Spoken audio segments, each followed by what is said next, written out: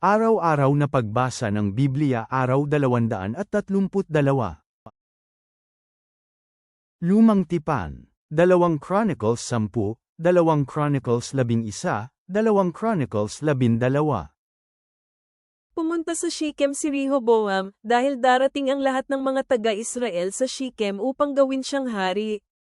Narinig ito ni Jeroboam na anak ni Nebat, dahil nasa Ehipto siya, kung saan siya tumakas mula kay Haring Solomon, ngunit bumalik si Jeroboam mula sa Ehipto. Kaya ipinatawag nila siya, dumating si Jeroboam at ang lahat ng Israelita. Kinausap nila si Rehoboam at sinabi, ginawang mahirap ng iyong ama ang aming mga pasanin. Kaya ngayon, gawin mong mas madali ang mahirap na gawain ng iyong ama, at pag-aanin mo ang mabigat na pasanin na ibinigay niya sa amin at paglilingkuran ka namin. Sinabi ni Rehoboam sa kanila, bumalik kayo sa akin pagkatapos ng 3 araw. Kaya, umalis na ang mga tao. Sumangguni si Haring Rehoboam sa mga matandang kalalakihan na nagpayo kay Solomon na kanyang ama noong nabubuhay pa siya. Sinabi niya, paano ninyo ako papayuhan upang mabigyan ng kasagutan ang mga taong ito? Nakipag-usap sila sa kanya at sinabi, kung magiging mabuti ka sa mga taong ito at bibigyang lugod mo sila at magsasabi ng mga mabubuting salita sa kanila, magiging alipin mo sila sa habang panahon. Ngunit hindi pinakinggan ni Rehoboam ang payo na ibinigay ng mga matandang kalalakihan sa kanya at sumangguni siya sa mga kabataang lalaki na kasabayan niyang lumaki at nagpapayo sa kanya. Sinabi niya sa kanila, ano ang maibibigay ninyong payo sa akin upang sagutin natin ang mga taong ito na nakipag-usap sa akin at sinasabi, pag-aanin mo ang mga pasanin na ibinigay ng iyong ama sa amin. Nagsalita ang mga kabataang lalaki na kasabayang lumaki ni Rehoboam na nagsasabi, makipag-usap ka sa mga taong nagsabi sa iyo na ginawang mabigat ng iyong amang si Solomon ang kanilang mga pasanin, na kailangan mong gawing mas magaan. Dapat mong sabihin sa kanila, mas makapal ang aking hinliliit kaysa sa baywang ng aking ama. Kaya ngayon, bagaman pinapasan kayo ng aking ama ng isang mabigat na pasanin, dadagdagan ko pa ang inyong mga pasanin. Pinarusahan kayo ng aking ama ng mga latigo, ngunit parurusahan ko kayo sa pamamagitan ng mga alakdan. Kaya pumunta si Jeroboam at ang lahat ng tao kay Rehoboam sa 3 araw, kagaya ng iniutos ng hari sa kanila nang sabihin niya, bumalik kayo sa akin sa 3 araw. Marahas silang sinagot ng hari. Hindi pinansin ni Haring Rehoboam ang payo ng mga matandang kalalakihan. Nakipag-usap siya sa kanila na sinunod ang payo ng mga kabataang lalaki at sinabi, gagawin kong mas mabigat ang inyong mga pasanin at dadagdagan ko pa ito. Pinarusahan kayo ng aking ama ng mga latigo, ngunit parurusahan ko kayo sa pamamagitan ng mga alakdan. Hindi nakinig ang hari sa mga tao, sapagkat ito ang isang pangyayaring pinahintulutan ng Diyos, upang matupad ni Yahweh ang kanyang salita na sinabi niya sa pamamagitan ni Ahiyas na Silonite kay Jeroboam na anak ni Nebat. Nang makita ng mga taga-Israel na hindi nakinig ang hari sa kanila, sinagot siya ng mga tao at sinabi, anong bahagi mayroon kami kay David? Wala kaming mana sa anak ni Jesse. Bumalik na kayong mga taga-Israel sa inyong mga tolda. Ngayon David, bahala ka nang tumingin sa iyong sariling tolda. Kaya, bumalik na ang bawat isa sa mga Israelita sa kanilang mga tolda. Ngunit ang mga taga-Israel na nakatira sa mga lungsod ng Juda, pinamunuan sila ni Rehoboam. Pagkatapos, ipinadala ni Haring Rehoboam si Adoram na namumuno sa sapilitang panggawa, ngunit binato siya ng mga Israelita hanggang sa namatay siya. Kaagad na tumakas si Haring Rehoboam sakay ng kanyang karwahe patungo sa Jerusalem. Kaya, nagrerebelde ang Israel laban sa sambahayan ni David hanggang sa mga panahong ito. Nang makarating si Rehoboam sa Jerusalem, tinipon niya ang sambahayan ni Juda at Benjamin, 180,000 na piling mga lalaking mandirigma na makikipaglaban sa Israel upang maibalik kay Rehoboam ang kaharian. Ngunit natanggap ni Semayas na lingkod ng Diyos ang salita ni Yahweh, na nagsasabi, sabihin mo kay Rehoboam na anak ni Solomon na hari ng Juda at sa buong Israel na nasa Juda at Benjamin. Sinabi ito ni Yahweh, hindi ninyo dapat salakayin o kalabanin ang inyong mga kapatid. Dapat bumalik ang bawat isa sa kanyang tahanan sapagkat ang bagay na ito ay pinahintulutan kong mangyari. Kaya nakinig sila sa mga salita ni Yahweh at hindi na nila kinalaban si Jeroboam. Nanirahan si Rehoboam sa Jerusalem at nagpatayo ng mga lungsod sa Juda upang maging pananggalang. Ipinatayo niya ang Bethlehem, Etam, Tiko, Bethsur, Soko, Adullam, Gat, Maresa, Ziph, Adoraim, Lakis, Azekah, Zora, Aijalon, at Hebron. Ito ay mga pinatibay na lungsod sa Juda at Benjamin. Pinatibay niya ang mga tanggulan at naglagay ng mga pinuno sa mga ito na may kasamang imbakan ng mga pagkain, langis at alak. Naglagay siya ng mga kalasag at mga sibat sa bawat lungsod at labis na pinatibay ang mga lungsod. Sakop niya ang Juda at Benjamin. Pumunta sa kanya ang mga pari at ang mga Levitang nasa buong Israel na mula sa loob ng kanilang hangganan. Sapagkat iniwan ng mga Levita ang kanilang mga pastulan at mga pag-aari upang pumunta sa Juda at Jerusalem, sapagkat itinaboy sila ni Jeroboam at ng kanyang mga anak, kaya hindi na sila makagagawa pa ng mga tungkulin ng pari para kay Yahweh. Nagtalaga si Jeroboam ng mga pari para sa mga dambana at sa mga Diyos-Diyos ang guya at kambing na kanyang ipinagawa. Sumunod sa kanila ang mga tao mula sa lahat ng mga tribo ng Israel na itinoon ang kanilang puso na hanapin si Yahweh, ang Diyos ng Israel. Pumunta sila sa Jerusalem upang maghandog kay Yahweh, ang Diyos ng kanilang mga ninuno. Kaya pinalakas nila ang kaharian ng Juda at pinatatag sa loob ng 3 taon si Rehoboam na anak ni Solomon sapagkat sa loob ng 3 taon, sinunod nila ang paraan ng pamumuhay ni na David at Solomon. Napangasawa ni Rehoboam si Maalat, ang anak na babae ni Jerimoth na anak ni David at ni Abihail na anak ni Eliab na anak ni Jesse. Nagsilang siya ng mga batang lalaki na sina Jeus, Semarias at Zaham. Kasunod ni Maalat, napangasawa ni Rehoboam si Maacah na anak ni Absalom. Isinilang niya sina Abiez, Atay, Ziza at Selomit. Minahal ni Rehoboam si Maacah na anak ni Absalom ng higit sa lahat ng kanyang ibang mga asawa at sa kanyang mga asawang alipin. Mayroon siyang 18 asawa at 60 asawang alipin at naging ama ng 18 mga anak na lalaki at 60 mga anak na babae. Itinalaga ni Rehoboam si Abias na anak ni Maacah upang maging pinuno sa kanyang mga kapatid. Naisip niyang gawing hari si Abias. Namuno ng may karunungan si Rehoboam, ikinalat niya ang lahat ng kanyang lalaking anak sa buong lupain ng Juda at Benjamin hanggang sa mga matitibay na lungsod. Binigyan rin niya sila ng saganang pagkain at naghanap siya ng maraming asawa para sa kanila.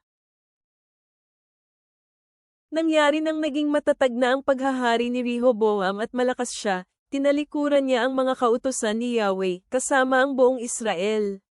Nangyari na sa 5 taon ng paghahari ni Haring Rehoboam, sinalakay ni Shishak na hari ng Ehipto ang Jerusalem dahil hindi naging tapat ang mga tao kay Yahweh. Kasama niyang dumating ang kanyang mga kawal na 1,200 karwahe at 60,000 mga ngabayo. Kasama niya ang hindi mabilang na mga kawal mula sa Ehipto, mga taga-Libya, mga taga-Sukuam at mga taga-Ethiopia. Sinakop niya ang mga matatag na lungsod na pag-aari ng Juda at nakarating siya sa Jerusalem. Ngayon, pumunta ang propetang si Semaias kay Rehoboam at sa mga pinuno ng Juda na nagtipon-tipon sa Jerusalem dahil kay Shishak. Sinabi ni Semaias sa kanila, "Ito ang sinasabi ni Yahweh. Tinalikuran ninyo ako, kaya ibinigay ko rin kayo sa mga kamay ni Shishak." Kaya nagpakumbaba ang mga prinsipe ng Israel at ang hari at sinabi, "Matuwid si Yahweh." Nang makita ni Yahweh na nagpakumbaba sila, nagsalita si Yahweh sa pamamagitan ni Semaias, sinabi niya ito, "Nagpakumbaba sila. Hindi ko sila pupuksain. Sasagipin ko sila sa ganap na kapahamakan at hindi maibubuhos ang aking puot sa Jerusalem sa pamamagitan ng mga kamay ni Shishak." Gayunpaman, magiging mga tagapaglingkod niya sila, upang maunawaan nila kung paano ang maglingkod sa akin at ang maglingkod sa mga pinuno ng ibang mga bansa. Kaya nilusob ni Shishak na hari ng Ehipto ang Jerusalem at kinuha ang mga kayamanan sa tahanan ni Yahweh at ang mga kayamanan sa bahay ng hari.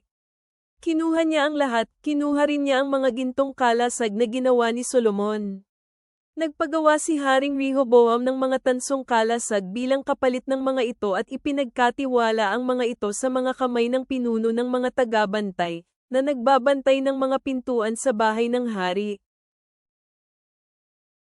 Nangyari na sa tuwing pumapasok ang hari sa tahanan ni Yahweh, binubuhat ng mga tagabantay ang mga kalasag at pagkatapos ay ibabalik sa silid ng mga tagabantay. Nang magpakumbaba si Rehoboam, nawala ang puot ni Yahweh sa kanya, at hindi na niya pinuksa si Rehoboam ng lubusan, bukod dito may matatagpuan paring mabuti sa Juda. Kaya, pinalakas ni Haring Rehoboam ang kanyang paghahari sa Jerusalem at nagpatuloy ang kanyang pagiging hari. 41 taon si Rehoboam nang magsimula siyang maghari, at naghari siya ng 17 taon sa Jerusalem, ang lungsod na pinili ni Yahweh sa lahat ng mga lipi ng Israel upang maipahayag ang kanyang pangalan doon. Nama ang pangalan ng kanyang ina na isang Amonita. Masama ang kanyang ginawa dahil hindi niya itinoon ang kanyang puso sa paghahanap kay Yahweh. Tungkol sa iba pang mga bagay na may kinalaman kay Rehoboam, mula umpisa at hanggang sa huli, hindi ba isinulat ang mga ito sa sulat ng propetang si Semayas at ng propetang si Ido, na mayroon ding mga talaan ng mga angkan at ang malimit na digmaan sa pagitan ni Rehoboam at Jeroboam? Namatay si Rehoboam at inilibing siyang kasama ang kanyang mga ninuno sa lungsod ni David. Si Abijah na kanyang anak ang pumalit sa kanya bilang hari. Bagong tipan, 1 Corinthians 14:1-19. Magsumikap na matamuang pag-ibig at maging masigasig sa mga kaloob ng Espiritu, lalong-lalo na upang maaari kayong makapagpahayag ng propesya. Sapagkat ang sinumang nagsasalita ng ibang wika ay hindi nakikipag-usap sa mga tao kundi sa Diyos. Sapagkat walang sinuman ang nakakaunawa sa kanya dahil siya ay nagsasalita ng mga lihim na bagay sa Espiritu. Ngunit ang sinumang nagpapahayag ng propesya ay nagsasalita sa mga tao upang patibayin sila, upang palakasin ang kanilang loob, at upang sila ay aliwin. Pinalalakas ng sinumang nagsasalita ng ibang wika ang kanyang sarili, ngunit pinalalakas ng sinumang nagpapahayag ng propesya ang iglesia. Ngayon nais kong magsalita kayong lahat sa iba't ibang mga wika, ngunit mas higit pa riyan, nais kong makapagpapahayag kayo ng propesya. Higit na dakila ang sinumang nagpapahayag ng propesya kaysa sa sinumang nagsasalita ng iba't ibang mga wika, maliban kung may magbibigay ng kahulugan, upang mapalakas ang iglesia. Ngunit ngayon, mga kapatid, kung papariyan ako sa inyo na nagsasalita ng iba't ibang mga wika, paano ako makapagbibigay ng pakinabang sa inyo? Hindi ko kaya, maliban kung magsasalita ako sa inyo ng may pagpapahayag, o kaalaman, o propesya, o pagtuturo. Kung ang mga instrumento na walang buhay gaya ng flauta o ng alpa ay walang tunog na pagkakakilanlan, paano malalaman ng sinuman kung anong instrumento ang tinutugtog? Sapagkat kung hinihipan ang trumpeta sa hindi tiyak na tunog, paano malalaman ng sinuman kung kailan ang oras para humanda sa pakikipaglaban? Kagaya din ito sa inyo. Kung magwiwika kayo ng salitang hindi naiintindihan, paano mauunawaan ng sinuman ang inyong sinabi? Magsasalita kayo at walang sinuman ang makakaunawa sa inyo. Walang dadang maraming magkakaibang wika sa mundo, at lahat ay may kahulugan. Ngunit kung hindi ko alam ang kahulugan ng wika, magiging dayuhan ako sa tagapagsalita, at magiging dayuhan din sa akin ang tagapagsalita. Gayon din naman sa inyo.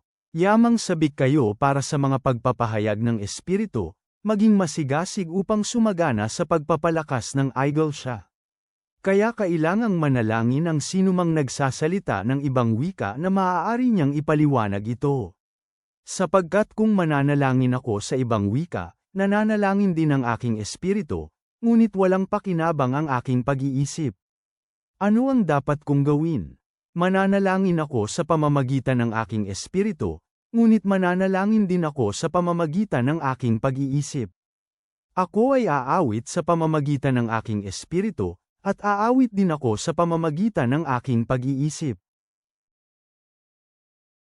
O kaya'y pinupuri ninyo ang Diyos sa pamamagitan ng Espiritu, paano magsasabi ng Amen ang tagalabas kapag kayo ay nagpapasalamat, kung hindi niya alam kung ano ang inyong sinasabi? Sapagkat tiyak na kayo ay nagpasalamat ng sapat, ngunit hindi napalakas ang ibang tao. Nagpapasalamat ako sa Diyos na ako ay nagsasalita ng iba't ibang wika ng higit pa sa inyong lahat. Ngunit sa Igel siya mas gugustuhin kong magsalita ng 5 salita sa aking pangunawa upang turuan ko ang iba, kaysa 10,000 salita sa ibang wika. Mga kawikaan. Proverbs 20:15-24. Mayroong ginto at kasaganaan sa mamahaling mga bato, ngunit ang mga labi ng kaalaman ay isang mamahaling hiyas. Ang sinumang nagbibigay ng kasiguruhan para sa utang ng iba, kuhanan mo ng damit bilang sangla. Ang tinapay na nakamit sa pamamagitan ng panlilinlang ay matamis sa panlasa, ngunit pagkatapos ang kanyang bibig ay mapupuno ng graba. Ang mga plano ay pinagtitibay sa pamamagitan ng payo, at sa marunong na patnubay lamang ay dapat kang makipaglaban. Ang tsismis ay nagbubunyag ng mga lihim, at kaya hindi ka dapat makisama sa mga taong nagsasalita ng sobra. Kapag isinusumpa ng isang tao ang kanyang ama o kanyang ina, ang kanyang ilawan ay papatayin sa kalagitnaan ng kadiliman. Ang isang mana na madaling nakamit sa simula ay gagawa ng mas kaunting kabutihan sa bandang huli. Huwag sabihing, gagantihan kita para sa pagkakamaling ito. Hintayin si Yahweh at siya ang sasagip sa iyo.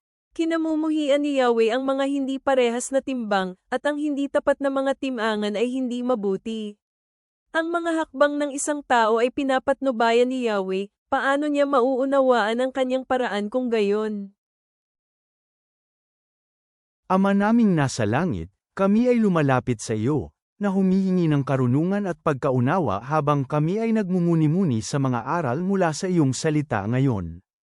Tulad ng naranasan ni Rehoboam ang mga bunga ng kanyang mga desisyon, tulungan mo kaming maging matalino sa aming mga pasya, na pinahahalagahan ang payo ng iba at ang pagkakaisa ng iyong katawan, ayon sa itinuro ni Pablo sa mga taga-Korinto. Naway huwag naming baliwalain ang kayamanan ng pagkaunawa, gaya ng binigyang diin sa mga kawikaan, kundi sikapin naming magsalita at kumilos ng may pag-ibig at layunin.